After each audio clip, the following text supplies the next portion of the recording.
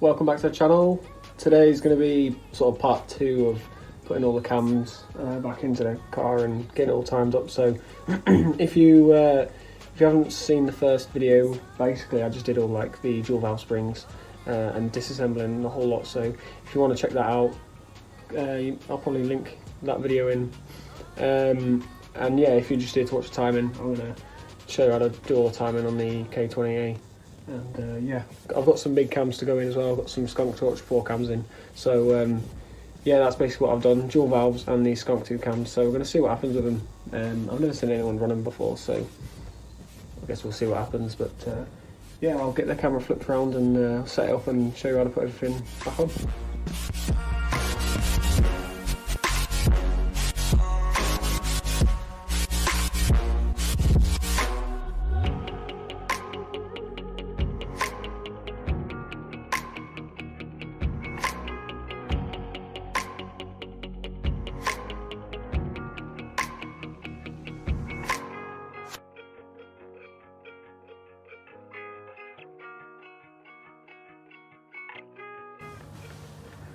Okay, so now I've got all the cam carrier bolts in finger tight.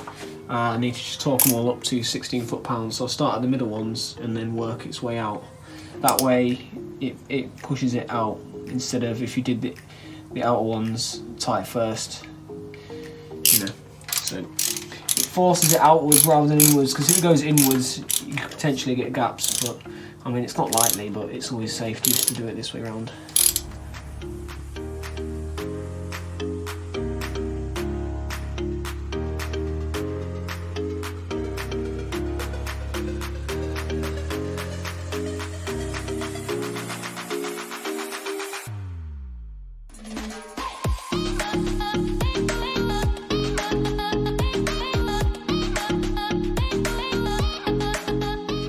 Okay, so I've got all the cam carrier bolts all torqued up, so they're all fine. Now it's just moving on to the chain.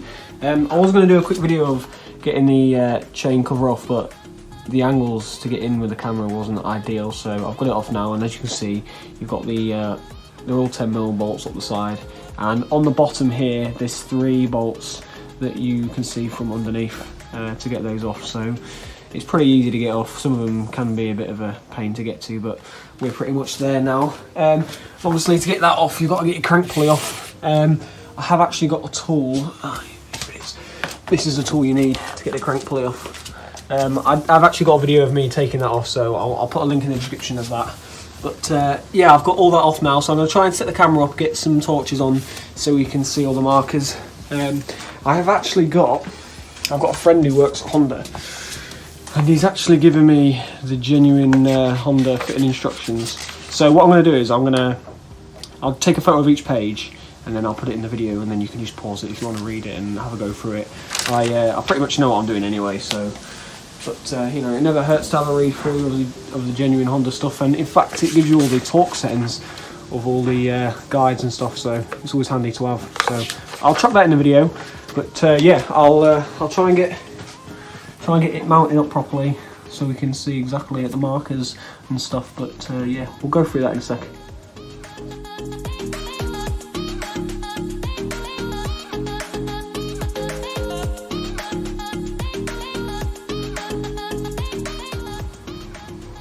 Okay, now, so at the bottom I need to turn the crank so it's at top dead center. So you see that little dot there? I need to just spin that all the way to the top. See that little arrow pointing down? So I need to get that dot pointing into there. Okay, so now that's at top dead center, as you can see there. Now the next thing you need to do, this tiny little dot there on this sprocket, you want to line it up with this black link. So that link needs to just sit over the top of that. Okay, so I've just got it all timed up. As you can see, the 2 dots at the top and with the black links, and then the lines in the middle meet. Tension is all back on, and it's hard to see, but yeah, I've got lines up with my crank. So yeah, it's perfect. I've even spun it around a few times, and as they come back round, they all meet up in the correct place again. So yeah, so that's it. That's all timed up.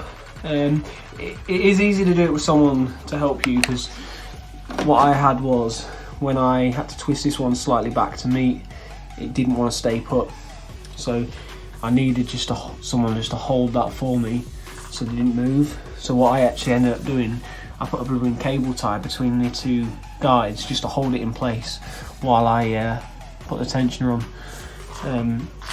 But yeah, if you've got someone to help you, it'll be a lot easier, but you can do it on your own. It's a bit fiddly, but you know, I managed to do it okay. So I'm sure any one of you guys could probably do it as well. So yeah, all I need to do now is put the cover back on, crank pulley, and I don't know if I'm going to start it or not, because with these cams in, it's, you know, it's probably going to run like crap, but I might just turn it over just to see if it'll run. And yeah, it just needs mapping now, and we should be good to go. That's going to be about it for this video. I'm not sure when the next one's going to be. I haven't actually booked the car in to get remapped yet, so I can't really drive it or do anything, you know, much more until I get it booked in to get remapped, which I'm currently on with. So hopefully we'll have that done soon. So yeah, the next video is probably going to be of me getting it remapped. Quite excited to see what power it's going to hit. You know, see what it drives like with all these cams in. Yeah, should be good. We'll see. I don't know what's going to happen yet, but either way, we'll find out. So yeah, if you like the video, please like and subscribe. I really appreciate all the support. And yeah, until the next video, I'll see you later.